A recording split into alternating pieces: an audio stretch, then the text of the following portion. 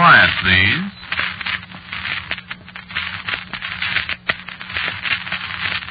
Quiet, please.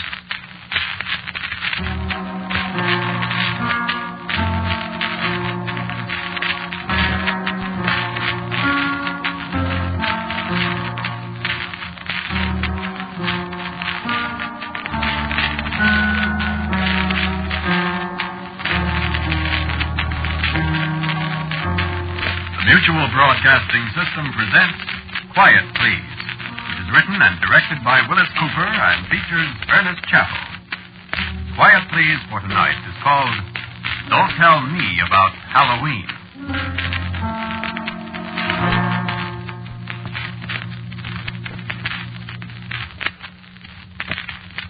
I'm going to kill my wife tonight. Or maybe tomorrow night. I'm going to kill one of my wives. I'd better, or something's going to happen to me that won't be good. Well, Halloween's almost here. Halloween's the deadline. And Candace has to be dead before Halloween. Only trouble is, I'm not sure I'll recognize her when she shows up. You ever been in Salem, Massachusetts? Place where they hanged all the witches? No, they didn't burn them at the stake. A lot of people think so, but they didn't. They hanged them. All except the man witch, old Giles Corey. They pressed him to death. Very unpleasant. Well, it was in Salem this particular Halloween that I met Candace. It was dark up there on the hill where the gallows used to stand. Dark and cold with a damp wind coming in off the sea. A few little lights you could see in the dusk only made it darker and lonelier and creepier up there. I remember how I shivered as I started down the hill to town. And I remember how I jumped when something that looked like a black cat jumped out of the shadows at my feet. Without thinking, I yelled, "Who's that?" My heart almost stopped beating because... Well, good evening. I'd been all alone up there. And then, all of a sudden, there was a woman standing beside me. You're the first human being that's spoken to me tonight. Who are you? I'm Candace. I don't know any Candace. You didn't, but you do now. You nearly scared me to death. Oh, I wouldn't do that to you. What's your name? Craig. You like me, Craig? What? Well, I don't know what you look like. I like you very much. Well, but I... Kiss me, Craig. Now... Kiss me, I say. You know, you're going to be a very nice husband for me, Craig. What do you mean? I'm not going to... Oh, yes, you are. When I say something's going to happen, it happens, Craig. But I'm not... Wouldn't you like to be rich, Craig, and have a beautiful wife? I am beautiful. You'll see. Wouldn't you like to be rich and wise and happy and live forever? Wouldn't you, Craig? Who the devil are you? Why, that's a very apt way of putting it, Craig. Who are you? I'm Candace. That doesn't mean anything to me. I'm the witch they didn't hang, Craig.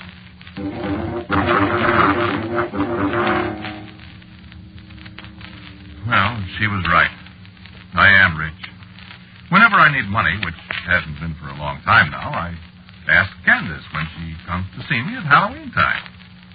I am reasonably wise, I suppose. I'm quite an authority on American history, quite well considered at the university here. And while I can't say I've lived forever, I have lived 253 years. Now, that's right. You see, I met Candace on the hill above Salem in the year 1694. 2 years after Cotton Mather stopped hanging witches.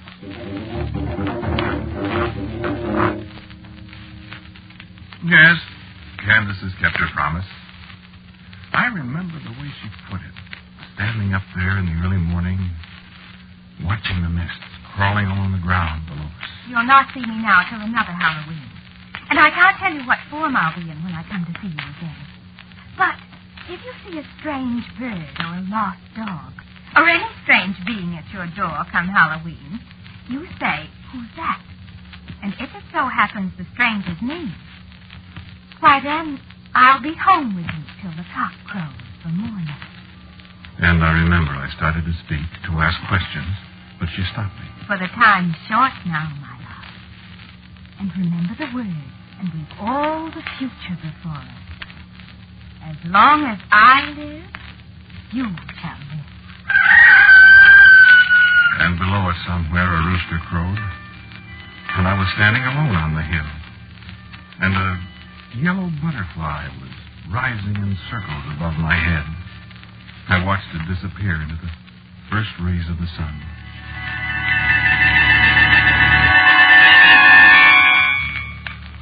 No, I didn't believe it either.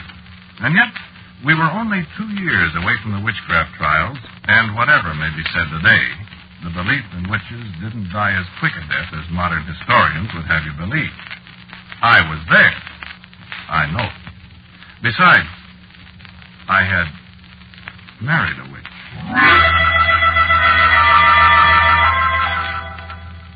Halloween, 1695. A stray dog lay on my doorstep, shivering in the rain. I don't like dogs. I was about to boot the animal into the street when I caught a look in its eyes. I yelled, "Who's that?" Well, it's about time. I've been lying there on that doorstep, freezing and nearly drowned without a stitch on, and you stand there and look at me like some great fool. Get me something to put around me and stir up the fire before I take my death of cold. And I do believe you were going to kick me, too. What did I have to say to you? Candace, dear, how was I to know? Give me that quilt. Oh, she was all contriteness and apologies in a moment. But I can feel that slap alongside my chops from 2.5 centuries ago. And our first anniversary was a very pleasant one. I was rather glad I'd married a witch. It had its drawbacks, though. Despite wealth and growing wisdom, people around me in Salem grew old, and I seemed to stay the same age. I moved away, and the years went on. I moved away from Salem, and I moved away from Philadelphia, and I moved from Baltimore, and Richmond, and Savannah, and a score of other places. I spoke to George Washington, and I watched Robert Fulton's steamboat chug up the Hudson when I was more than 100 years old, and looked 35. And every Halloween I welcomed Candace home for a night. One year in a farmhouse on an Illinois prairie, a red fox whined at my door. And it was Candace. One year a blue jay flew down from a tree in Missouri. And another year, she came as a skittering little gray field mouse.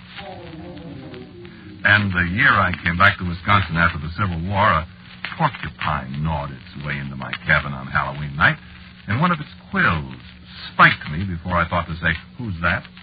And when Candace smiled at me, there was only a strand of yellow hair through the thick of my thumb. I remember she pulled it out. And it hurt. Years and years and years. Now, she's been a wonderful wife, but I never forget what she is. Once a year is getting to be enough. It was just 67 years ago tonight, before Halloween, you see. That was the first time she appeared before Halloween, 1880. Rutherford B. Hayes was still president then.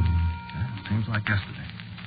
I heard something bumping against the front door, and before I thought, I called out, "Who's that?" I thought you were never going to call me. Darling, I didn't know it was you. Well? Huh? Don't people kiss their wives anymore? Darling, you surprised me. Suppose you surprise me. Well. How come you're so early, dear?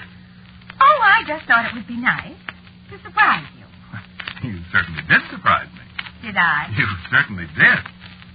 What's happened since last year? Why, nothing much. That's so. What have you been doing? I've been away. Where?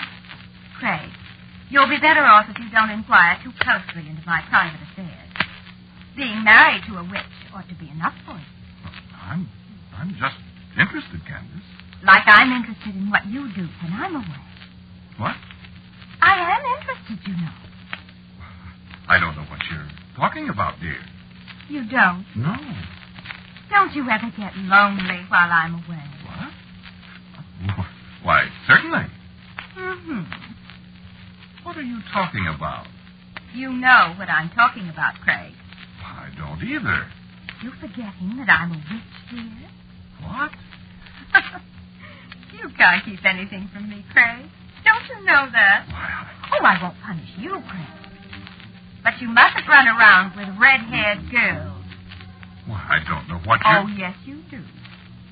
So I just decided to take that temptation away from you. Candace, what did you... Look over there at the window, darling. And I looked. And peering in the window out of the darkness was a frightened, tiny red squirrel, its teeth chattering with terror and cold. She's still got her red hair, dear. Candace. Candace, did you do that to her? Of course, dear. No, don't try to rescue her, Craig. I've got other plans for your little girlfriend. What are you going to do? Listen. Now come here and kiss me. Good.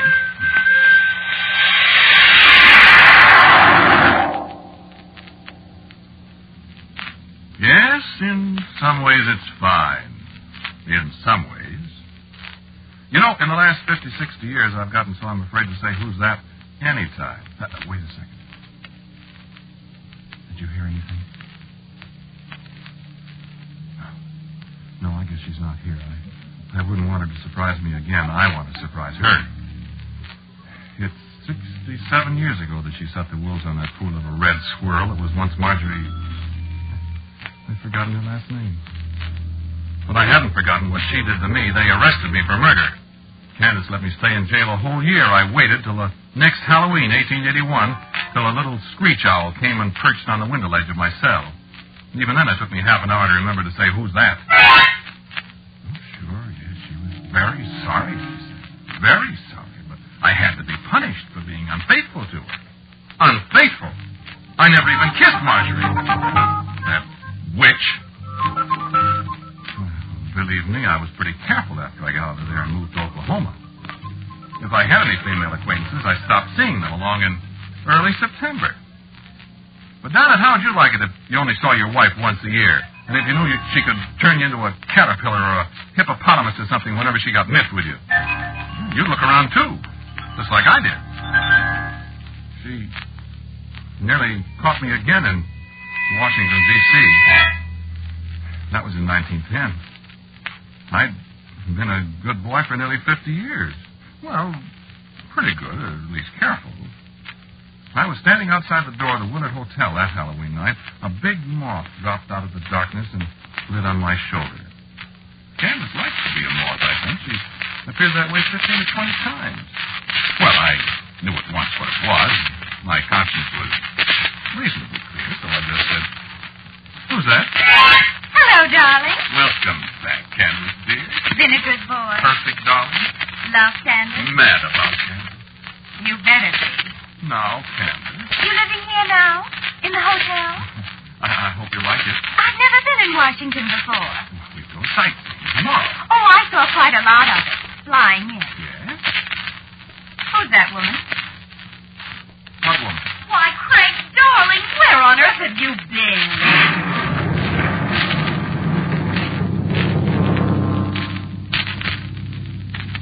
Yes, I thought Gertrude was in Chicago where I'd left her.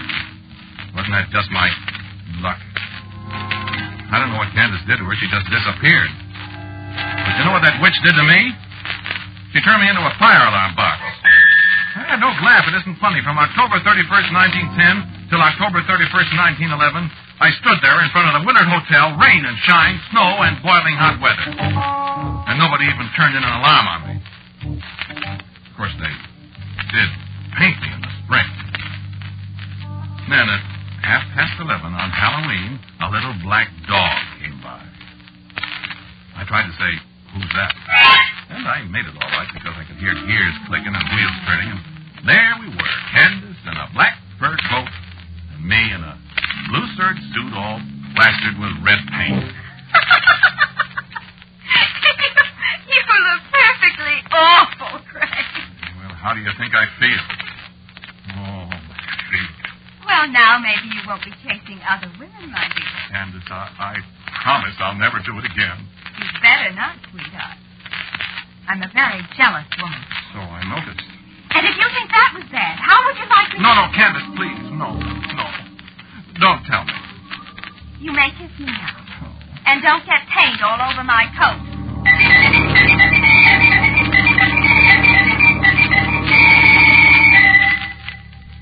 Candace can be very sweet when she wants to be. But these last 30 years, she doesn't seem to want to be very much. She spends most of the time she's here asking me questions about what I've been doing, where I've been, the people I've seen. And friend, I'm getting awful tired of it. 253 years is a long time.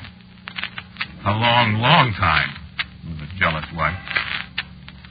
So I'm going to get rid of her. This time I'm done. No, I don't love Candace anymore. I'm afraid of her. I told you I got this job here at the university in the history department. I've got this little cottage up here in the hills where I go every Halloween. Well, I don't want Candace barging in on faculty row. Well, I'm not supposed to be married here. And you know faculty people. So, I've decided to end it all this year. I'm going to kill Candace. But that is, I hope I am. When she appears, I'm not going to say who's that. I'm going to kill her. And then, Alicia and I are going to be married. Oh, I didn't tell you about Alicia. Here comes Alicia now. I'd like to have you meet her. This is Alicia. How do you do? Alicia and I are going to be married. Yes, indeed. Right after Halloween. Alicia's secretary to the Dean of Women. Well, that's how I met Craig. Well, I hope you don't mean to imply I was flirting with the Dean, Alicia. Oh, goodness, no, dear. I mean, you were being introduced to her when we first saw each other. Oh, darling. I'll never forget it. Oh, I won't either. Isn't she pretty? Oh, Craig, you mustn't talk that way to strangers. Oh, I'm sorry, dear, but you are pretty. But I'm so much younger than you are, Craig. Well, you are a little younger, dear, but that won't make any difference. Will it? Oh, not to me, darling. Excuse us a second. Darling, I love you. Oh, darling, I love you. Kiss me. Oh, but they're looking, sweetheart. Shut your eyes a second, will you, please? Now, darling. Craig, dear.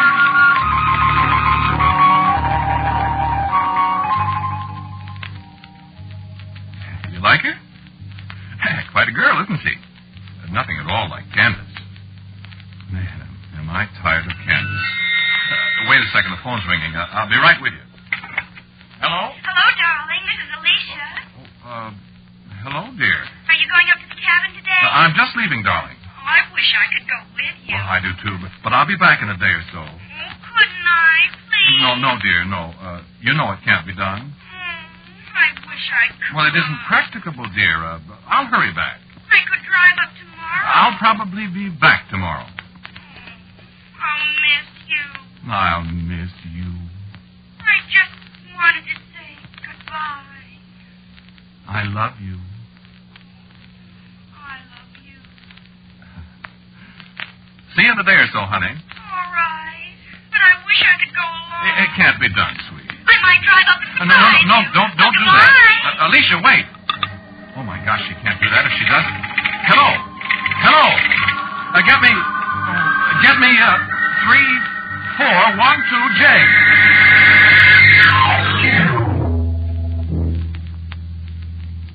Well, so here I am. I wish I could have got Alicia back on that phone. If she comes up here, she'll... Oh, well, she won't. She's got better sense. Yeah, let's see, what time is it? Well, let's see. Revolver, silver bullet. The old Revolutionary War bayonet I had at Valley Forge. A Bowie knife, Dave Crockett gave me. Pretty well fixed. Come on, Candace, honey. Come on. Yes, come on in. This time you can come ahead of time, baby, and Papa will be waiting for you. And then... Alicia. Gee, she's an owl or something this time. Wait a minute. Oh, if she's an owl, I'd better get that shotgun out.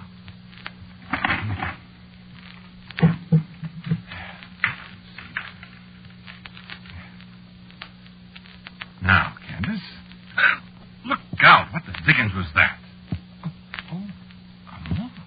A moth, eh? Well, Candace. Here. Where's that Saturday Evening Post? Light somewhere, darling. Light. There. Oh, mister, you're not going to get away this time, sweetheart. Get away from that lamp. Get away, I say. I got you. Oh, you're not dead yet. Well, I'll... Never mind, Craig. What? Never mind. I'm going to die, all right. Who's that? It's too late, Craig. You killed me. But haven't you forgotten something, darling? What did I forget? You forgot what I told you back there on the hill at Salem, sweetheart. You'll live just as long as I live. And when I die, you'll die. Oh. Candace, let me help you. It's too late, darling. Much too late.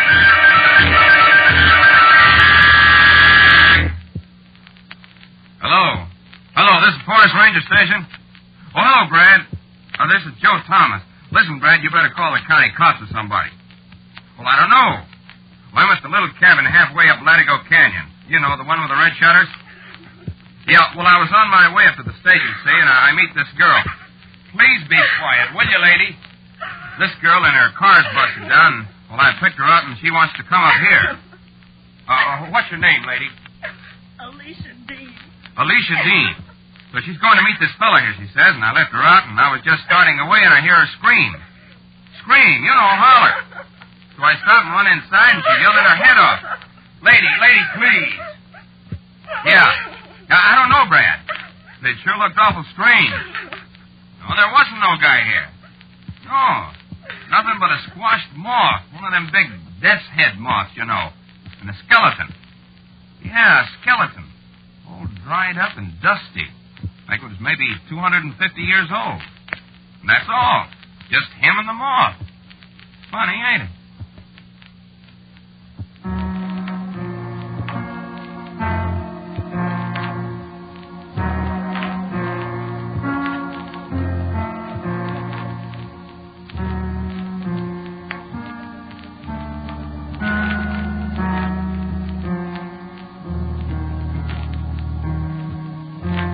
Listen to Quiet Please, which is written and directed by Willis Cooper.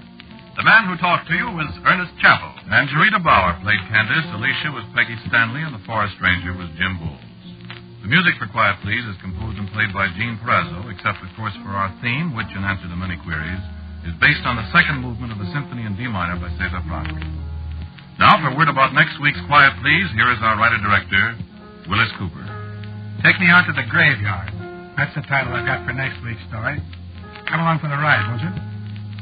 So, until next week at this time, I am quietly yours, Ernest Chappell.